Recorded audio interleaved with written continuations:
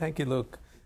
Just to give you an idea of what NOAA Fisheries does, we're part of a 4,000-person organization, mostly fishery scientists and experts who are passionate about the work that they do in terms of protecting the species that are in our ecosystem and ensuring that we have a sustainable protein source from the marine life, right? And that's a big part of what we do. And for us to be able to do our jobs, we need to have more knowledge about what's going on in the ocean.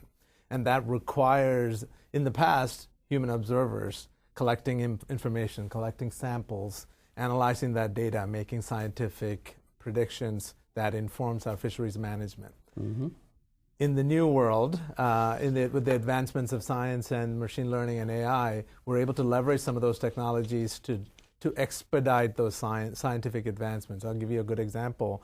One of the areas of responsibility for us is to protect and preserve the whales, beautiful, majestic creatures, right, that sparks everybody's imagination. It's one of the reasons why I like going to the beach, hoping to see a whale someday. But we only know so little about them because they are mostly underwater. And we have to collect information about them to study them, to figure out where they go, what they eat, when they mate, so that we can continue to protect their habitat. So we have collected, our Pacific Fishery Science Center have collected almost 170,000 hours of audio recordings of whale, right?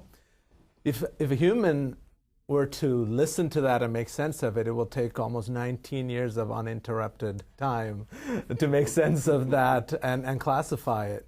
Using Google's AI for social good, as well as partnership with our researchers, we're able to develop pattern to recognize different types of whale songs. So we like to call it songs because they are beautiful, but they also have meanings. And we are able to derive those meanings using AI.